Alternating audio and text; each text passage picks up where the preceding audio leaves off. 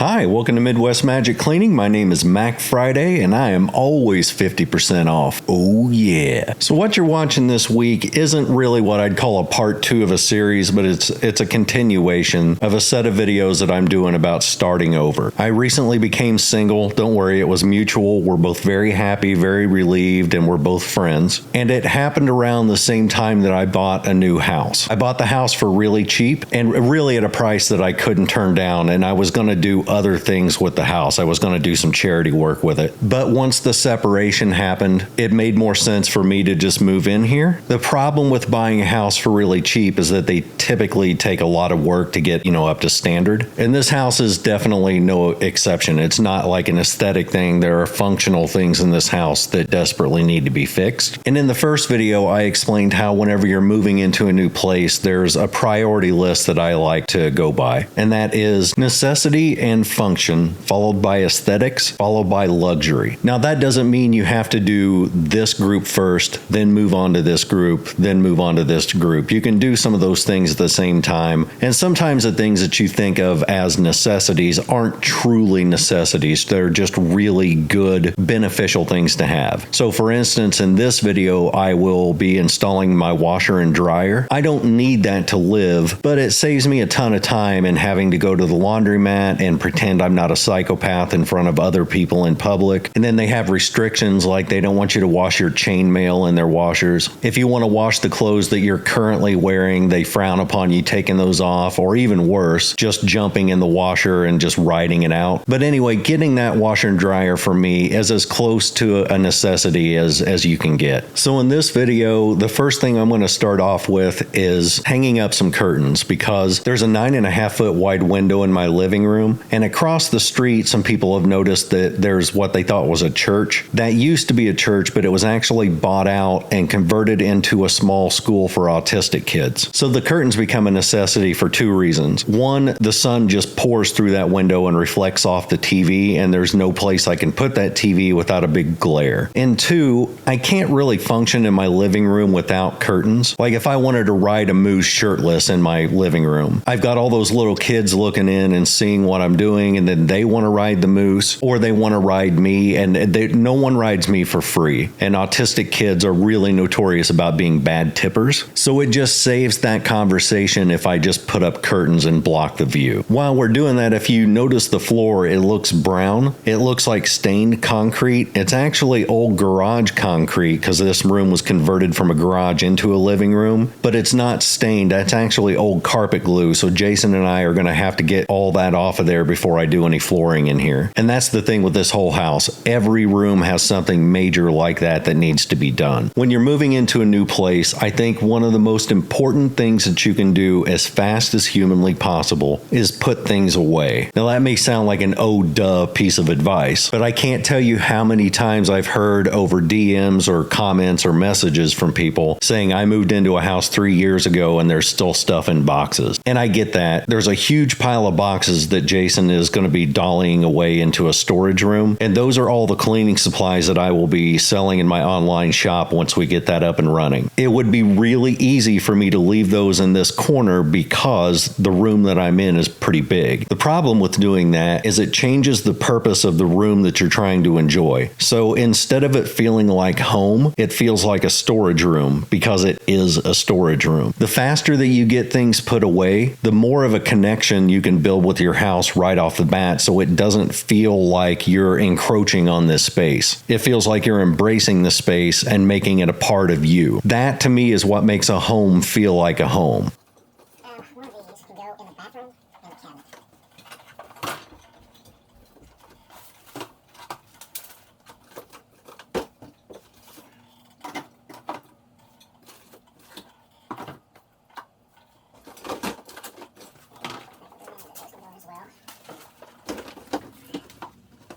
So I would just take this whole thing in and actually put this in here, here, here.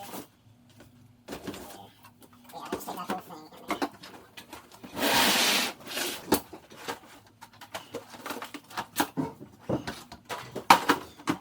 With all the tools, so in that room.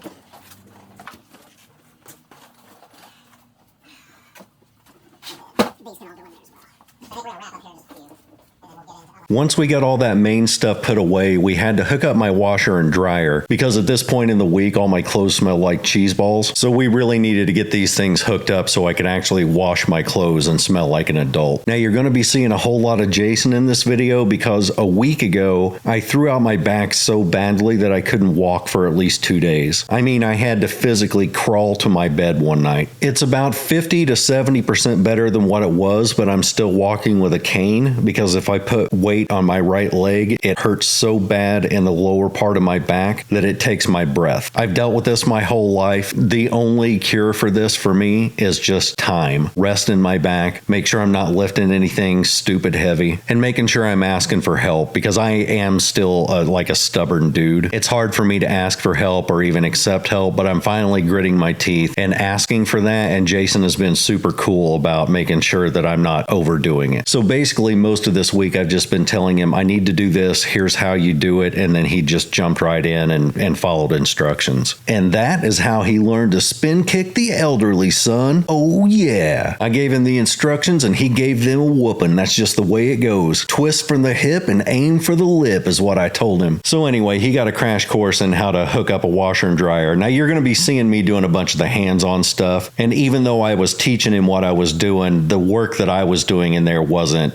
strenuous or anything. I just had to twist on the little water hoses, screw down a dryer clamp, but all of the lifting and carrying and stuff like that, that was all Jason. So get off my back, Mom. Mom.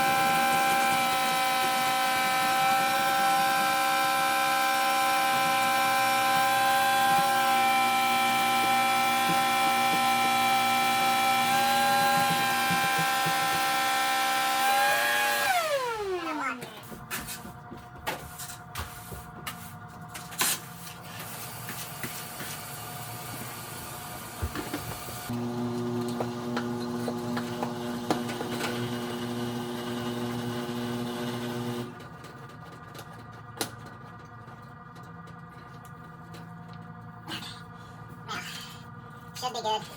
This out. Go in and up. Then we are going to take a screwdriver. You want to lay that down now? It's on split? Yeah. You can, you're way out with this. Okay. Going to down here. I'm trying not to drop this.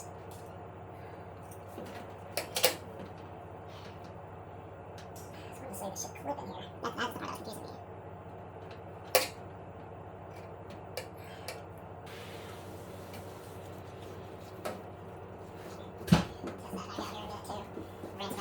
Sink in the bathtub, and then if that goes away, then I will run that washer again, this time with actual clothes in it.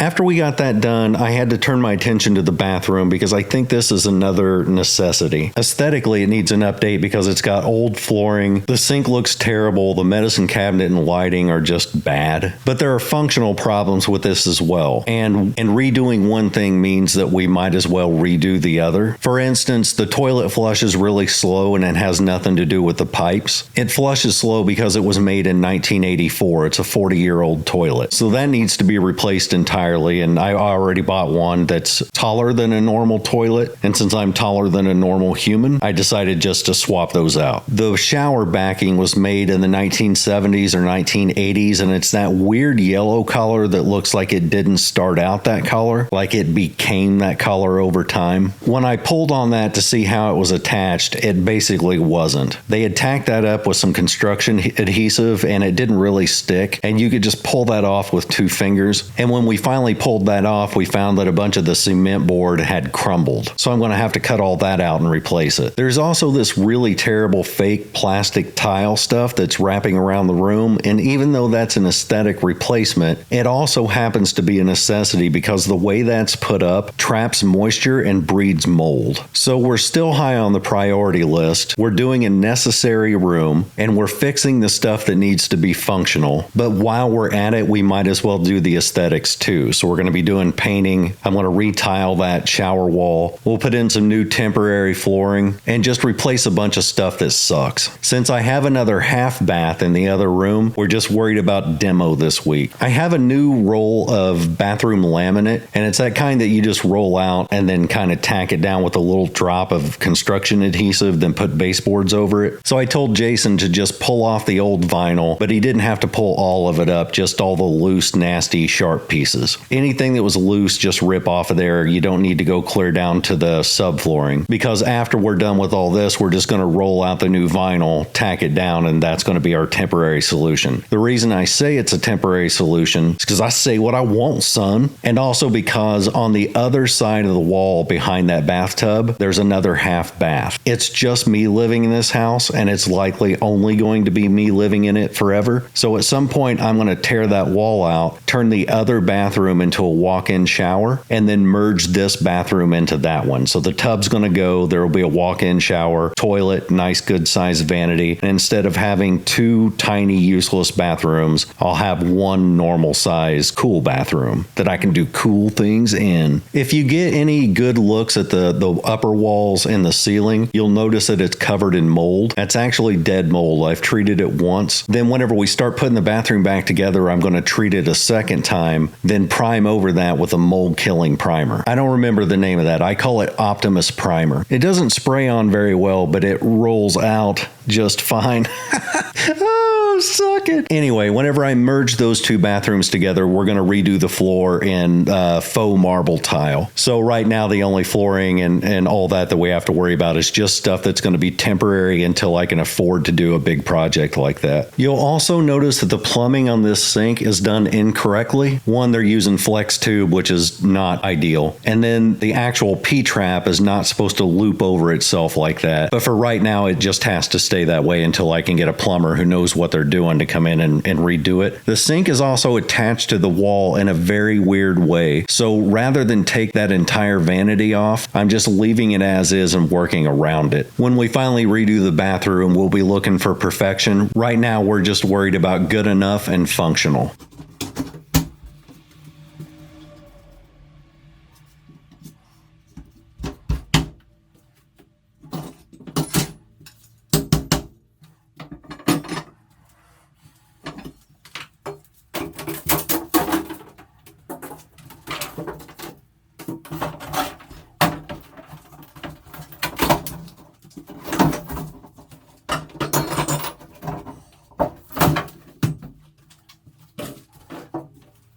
So when I pulled the backing off of this shower, I was expecting kind of what I saw. It's cement board, so it's okay as far as mostly being waterproof. They did use some paint on waterproofing before they put that shower backing on, but it just wasn't done good enough. And so there was some water damage on the lower part of the cement board on the wide wall. And then for some reason down at the bottom, they've got a large piece of wood instead of cement board. And so that wood's got a little bit of rot in it. My original intention was to pull off the shower backing and then just tile that shower temporarily with just some generic white tiles. However, whenever I saw the damage, I knew that I had to cut that out and put in new cement board and re-waterproof it and retile it. So when you're doing a house like this and you're pulling off things from the wall, keep in mind that you're almost always going to find some sort of damage that's been covered up or has just been going on behind the scenes without people knowing it. There's always more damage than you expect. There's a lot more work than you expect, and there's going going to cost a lot more money than you expect. So my suggestion is, if you're ever renovating a room and one of your steps is to pull something off of the wall, never do that unless you're fully prepared to gut that sucker clear back to the studs and start it from scratch. Because if you're not prepared to do that and you open up a wall, or you take paneling off, or you remove a shower backing and then you find damage to the extent that I found, if you're not prepared to go the full 9 yards and replace that wall, you're going to be left with an open gaping wall that is just open to insulation and wiring, and your bank account can really get drained super fast. If you're not prepared to do that, don't open up a wall. Don't pull things off of it. In my case, I went up about 3 feet higher than the most obvious water damage and then cut along that seam with an oscillating saw. And then we're going to replace all that. So fortunately, we didn't have to replace it floor to ceiling, but we did have to replace quite a bit. You'll see that replacement happening in next week's video. Again, right now we're just doing demo. And just so you know, there will be some cleaning in this video since, you know, you're watching a cleaning channel. I should probably do some of that since it's called Midwest Magic Cleaning. But as far as that's concerned, one of the reasons that the cleaning aspect is so important is that while you're renovating a house or while you're working on one, even if you're just painting, it's always good to clean up the same day that you finish up your work. Otherwise, your entire house turns into a storage room for equipment. It becomes a work site and not a home. It's very hard to live in that stress-free when you got paint cans and saws and screwdrivers and drywall and plaster everywhere. So after Jason tears out this wall, he's going to start cleaning up the bathroom, and then we're going to clean up the kitchen, which is the main area where all of our work stuff was, and we're going to get that back to as normal and livable as possible.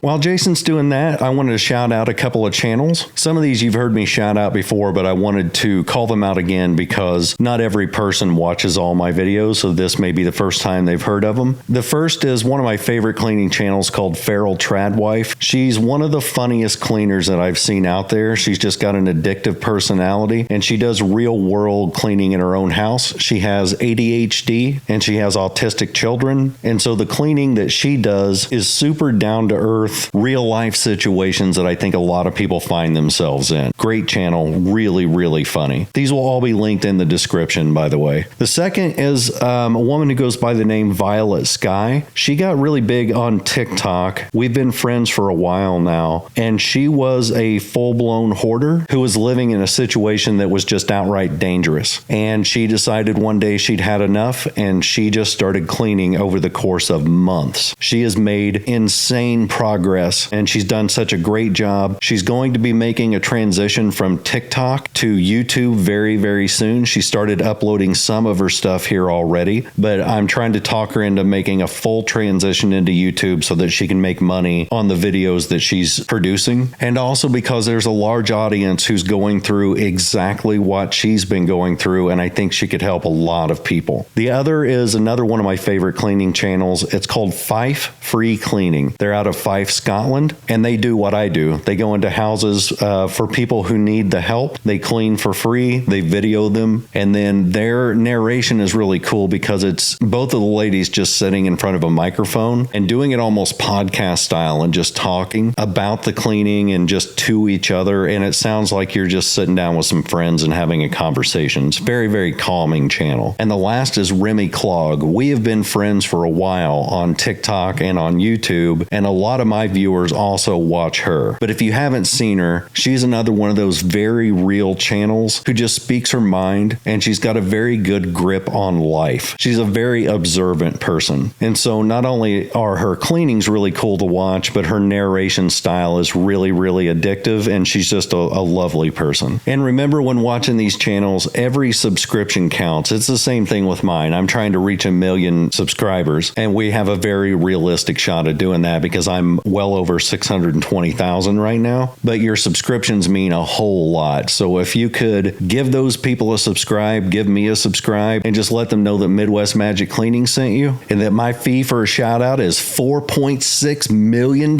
baby. They can send that straight to my PayPal, son. And also, if you visit Feral Tradwife, her real name is Elizabeth, but she likes to be called Liz, L-I-Z. So tell Liz I said hi.